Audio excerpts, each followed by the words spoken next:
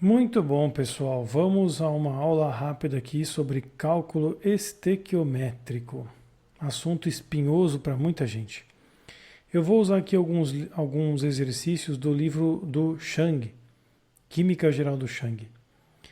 Bom, primeiro momento, é importante sempre perceber numa reação química que existem relações entre participantes dos reagentes entre si ou dos reagentes com produtos e dos produtos entre si. É possível fazer perguntas, como no caso dessa questão 365. Considere a combustão do monóxido de carbono em oxigênio gasoso. E aí ele balanceou a equação. Começando com 3,6 mols de CO, calcule o número de mols de CO2 produzido se houver oxigênio suficiente para reagir com todo o monóxido de carbono. Bom, primeiro que ele está preparando aqui o terreno sobre reagente em excesso ou limitante, que é um assunto que no decorrer do livro ele vai abordar. Mas veja, ele apresentou uma informação de um reagente, CO, monóxido de carbono, e pergunta o número de mols de CO2 produzido. Existe uma relação então entre monóxido e CO2, no caso, reagente, produto. E seria interessante nós copiarmos esta equação. Então, primeira questão, 3.36, 2 monóxido de carbono com oxigênio pode formar 2 CO2. Seria essa a reação. Veja que o que me interessa são esses 2 mols de monóxido para 2 mols de CO2. Então, nessa primeira questão, é importante dar esse passo humilde. Eu sei que pode parecer muito fácil para alguns, mas veja, existe uma relação entre dois participantes e o texto deixa isso claro. Como ele começa com 3,6 mols e pergunta de CO2, ele coloca uma situação hipotética diferente do balanceamento. Nós sabemos que 2 mols de CO é capaz de produzir 2 mols de CO2 e 3,6 mols de monóxido de carbono. Quanto produz de CO2? Aqui é importante prezar por essa organização, gente. Dados da equação, dados do problema. Eu gosto sempre de deixar organizado dessa forma. A primeira linha se refere ao balanceamento. A segunda linha se refere ao problema, aos enunciados. Bom, essa questão dispensa comentários, né? A resposta é 3,6 mols de CO2. Afinal, a proporção aqui é 2 para 2, ou 1 para 1, vai dar a mesma proporção. 3,6 vai produzir 3,6. O que o Chang queria nessa questão era ver se você consegue organizar os dados e os problemas, né? Ou seja, as perguntas. Na próxima questão, ele envolve agora o tetracloreto de silício, que pode ser preparado pelo aquecimento de silício em cloro gasoso. E aí ele tem uma equação balanceada. Em uma dada reação é produzido 0,507 mols de tetracloreto de silício. Quantos mols de cloro molecular foram necessários nesta reação? Aqui, meus caros, ele faz a ligação do produto com um reagente. Na questão anterior era reagente e perguntava produto. Então é possível que nós trabalhemos as equações químicas especificamente em relação a dois participantes. Veja que em nenhum momento foi falado do silício sólido, apenas do cloro gasoso e do tetracloreto de silício. Vamos copiar essa equação então. 3.37. Silício com 2Cl2 vai formar SiCl4. E ele me deu uma quantidade de produtos, 0,507. O que eu faço com esse valor? Antes de mais nada, nós temos que copiar os números de balanceamento referentes às espécies que estão em jogo. É o cloro e o tetracloreto de silício. Então esse é o primeiro passo, pegar os dados da equação. Agora sim eu vou para o problema, que envolve um número de produto, 0,507, e um valor X de reagente, que no caso é o cloro. No caso, essa questão, multiplicando em cruz, vai dar o dobro, então 1,014 mols de quem? De Cl2 é necessário para que essa reação aconteça. Então veja que tanto a reação pode perguntar produtos dando um reagente ou perguntar reagente dado um produto. Este primeiro passo é o mais simples possível de cálculo estequiométrico, que envolve proporções em mol. Aí, nessa próxima questão, ele vai perguntar dos dois participantes da reação dado um produto. A amônia é o principal fertilizante. Acabei de perceber que os números estão errados, né? É 366, 365, enfim, né? A gente vai corrigindo aqui. Agora é 367. Então, a amônia é o principal fertilizante fornecedor de nitrogênio. A sua preparação resulta da reação entre hidrogênio e nitrogênio representada a seguir. Em uma dada reação foram produzidos 6 mols de NH3. Quantos mols de hidrogênio e nitrogênio reagiram para dar adequada quantidade de NH3? Veja que agora ele pergunta não só uma coisa, mas duas. Ele quer saber as quantidades de reagentes que de fato são necessárias para produzir 6 mols de amônia. Então vamos ao primeiro passo, que é copiar a equação. 3 mols de hidrogênio com 1 de nitrogênio. Isso vai formar um equilíbrio químico, mas dispense esse comentário, né? Porque aqui não foi colocado, mas é um equilíbrio. E veja, o que eu preciso copiar agora? Eu preciso ver a questão, se ela ficou clara na minha mente. Ele me deu 6 mols de NH3. E quantos de H2 e NO2 reagiram? Veja que ele me dá produto e pergunta reagente. O que eu faço? Eu não vou colocar aqui já logo 6 mols e tacar as incógnitas. Vamos primeiro copiar que eu tenho 3 mols de hidrogênio, 1 mol de nitrogênio e 2 de amônia. Essa seria a proporção aqui de reagentes e produto. Quais são os dados do problema? 6 mols de amônia foram dados. E como é que eu faço para isso acontecer? Você pode pôr aqui um x1 e aqui um x2. Eu posso criar proporções em qualquer relação de duas substâncias. Isso é definido por Proust, né? As proporções fixas de Proust. Então aqui, ó, eu tenho de 2 para 6, houve uma multiplicação por 3. Portanto, eu posso pensar que x1 vai ser o triplo desse valor de referência que é da equação química. Então, x1 com certeza é 3 mols de N2. O mesmo se dá com o hidrogênio. x2 então será 9 mols de H2. Veja que aqui eu posso realmente perguntar-me a respeito de tudo na equação química, desde que seja perguntado ou seja interessante. Nas anteriores não era interessante os outros participantes, apenas 2, uma relação entre duas substâncias.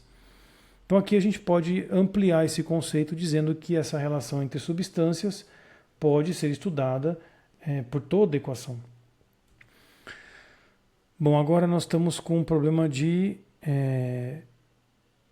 mol também. Aqui vai repetir, creio que não há necessidade de eu fazer a questão, sendo que nós já trabalhamos o conceito, mas agora nas 3.69 eu quero trabalhar o conceito de massa. Ele fala da produção anual de dióxido de enxofre a partir da queima do carvão e dos outros combustíveis fósseis, escapes de automóveis e outras fontes, é cerca de 26 milhões de toneladas.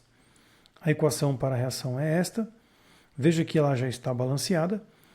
Qual foi a quantidade de enxofre em toneladas presente nas matérias-primas necessária para obter aquela quantidade de SO2?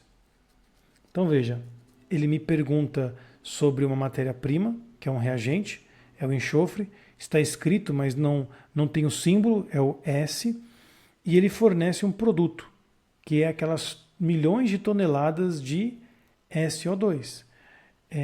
Ele diz dióxido de enxofre lá no início. Então, nessa questão existe um ponto um pouquinho mais complicado, que é o nome associado à substância, né?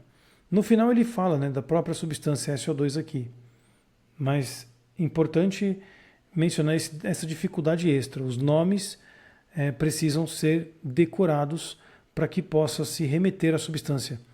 Então vamos lá. Enxofre, oxigênio e SO2. Enxofre, com oxigênio, formando o SO2. O que eu preciso agora nesse momento? Bom, existe uma informação de toneladas que se refere à massa, e essa informação é com relação ao dióxido de enxofre. Nós temos a proporção em mol, correto? 1 mol de SO2 e 1 mol de enxofre. Só que, no caso, nós precisaríamos de uma tabela periódica, porque agora eu vou ter que transformar as informações de mol em massa. Então, antes de continuarmos, vamos aqui prosseguir com essa história. Massa molar será dado para vocês em todas as questões que vocês enfrentarem ao longo de sua vida. Não precisa decorar isso aqui, isso é um uso de minha parte de tanto trabalhar se a gente decora essas porcaria. Mas isso aqui será fornecido para você, essas massas molares do enxofre e do oxigênio. O que é o SO2? SO2 tem 32 mais 16 usinhos vezes 2, o que vai dar 64 Us, que é 64 gramas por mol. O enxofre, por sua vez, é só 32, né? Portanto, equivale a 32 gramas por mol. Por que eu estou caçando essas massas? Veja, o texto falou de toneladas, isso é uma informação de massa. E ele pergunta a quantidade em toneladas de enxofre, também é uma informação em massa. Então eu preciso pegar as proporções agora não mais em mols, mas as proporções em massa. Eu tenho uma molécula de SO2, não duas nem três, uma só. Uma molécula de SO2, ou um mol de SO2, tem 64 gramas. Então eu vou colocar aqui 64 gramas, que é referente a 1 mol de SO2. E enxofre é a outra espécie aí envolvida na história. 1 mol de enxofre tem 32 gramas. Então nós podemos criar essa proporção. 32 gramas de enxofre são capazes de produzir 64 gramas de SO2 quando oxidadas com excesso de oxigênio. O texto fala em excesso aqui, só para garantir que acontece a reação. Se eu não me engano, ele fala de excesso. Se não fala também, não tem problema. O importante é a proporção que me interessa. Agora eu vou trabalhar com a proporção de 26 milhões. 26 mil milhão, 10 a sexta toneladas de SO2 produzido. E X aqui. Bom, veja que eu coloquei tonelada em cima, embaixo e grama em cima. Dados da equação, dados do problema. Veja que em vez de trabalhar com mol, eu trabalho com massa. Isto faz com que estas informações sejam necessárias para resolver a questão antes. E tonelada aqui vai sair a resposta em tonelada, porque eu tenho uma coerência de grandeza, tudo é massa. Se nós fizermos aqui a regrinha de 3, você terá a metade. 13 milhões, 10 a sexta, né? Milhões de toneladas de enxofre são necessários para que esta produção aconteça. Então essa seria a resposta, ou 13, 10 a sexta, não? Toneladas. Veja que é importante você ter essa possibilidade de mudança de padrão. Sai do mol, entra na massa, se for interessante. Vamos ver a próxima aqui, se ela nos é interessante. Quando se aquece fermento para bolos, bicarbonato de sódio ou hidrogenocarbonato de sódio, libera-se dióxido de carbono, que é o responsável pelo aumento do volume de bolos, das rosquinhas e do pão. Escreva a equação balanceada para a decomposição do composto. Um dos produtos é o carbonato de sódio e calcule a massa de bicarbonato de sódio necessária para produzir 20,5 gramas de CO2. Num primeiro momento eu preciso equacionar isto e depois fazer uma regrinha de 3 entre as massas dos dois participantes. Bom, no caso, ele dá que um dos produtos é o carbonato de sódio, partindo de bicarbonato de sódio, sofrendo um aquecimento. Então, vamos lá. Questão 3.70. O NaHCO3, ele vai produzir então Na2CO3 mais, aqui no caso, nós podemos pensar que vai formar água e CO2, uma vez que eu tenho hidrogênio e que dois sódios, né? Aqui temos um pequeno detalhe, essa equação é um pouco chata, Mas veja, ele coloca que um dos produtos é Na2. Na2 necessita de 2 sódios, então eu sou obrigado a pôr 2 NaHCO3. Então, 2HCO3, os Hs podem se juntar todos para formar o ácido carbônico, H2CO3, que se desproporciona formando água e CO2. E os 2 sódios se juntam com o carbonato. Equação difícil, eu confesso, não é tão simples, mas esse é o destino do fermento nos bolos, né? Veja que existe uma proporção, 2 mols de bicarbonato produz 1 mol de CO2. Só que lembre-se, nós não vamos usar as proporções em mol, eu preciso da massa. No caso, o CO2, ele apresenta 12 do carbono mais 16 vezes 2 do oxigênio, que dá 44 gramas por mol. Já o nosso bicarbonato de sódio, NaHCO3, ele apresenta 23 do sódio, 1 do hidrogênio, 12 do carbono e 16 vezes 3